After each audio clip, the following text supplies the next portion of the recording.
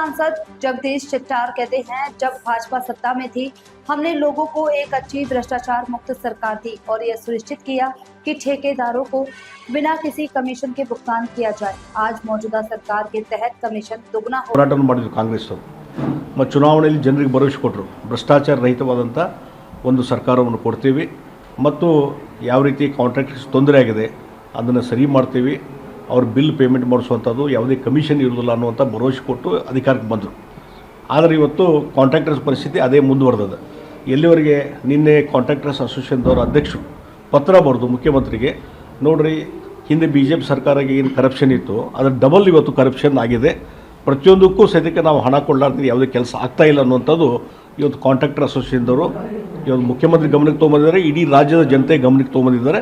ಅದಕ್ಕಾಗಿ ನಾನು ಹೇಳ್ತೀನಿ ಸಿದ್ದರಾಮಯ್ಯನವರಿಗೆ, ನೀವು ಭಾಳ ಭ್ರಮೆಯಲ್ಲಿದ್ದೀರಿ ಮತ್ತು ನಿಮ್ಮ ಆಡಳಿತ ವ್ಯವಸ್ಥೆ ಕಂಪ್ಲೀಟ್ ಕೊಲ್ಯಾಪ್ಸ್ ಆಗಿದೆ ಮತ್ತು ಹಣಕಾಸಿನ ನಿರ್ವಹಣೆ ಕಂಪ್ಲೀಟ್ ಕೊಲ್ಯಾಪ್ಸ್ ಆಗಿದೆ, ಆರ್ಥಿಕ ಪರಿಸ್ಥಿತಿ ಭಾಳ ದಿಕ್ಕೆಟ್ಟು ಹೋಗಿದೆ. ಆ ಹಿನ್ನೆಲೆಯಲ್ಲಿ ಭ್ರಷ್ಟಾಚಾರ ಮಿತಿಮೀರಿದೆ.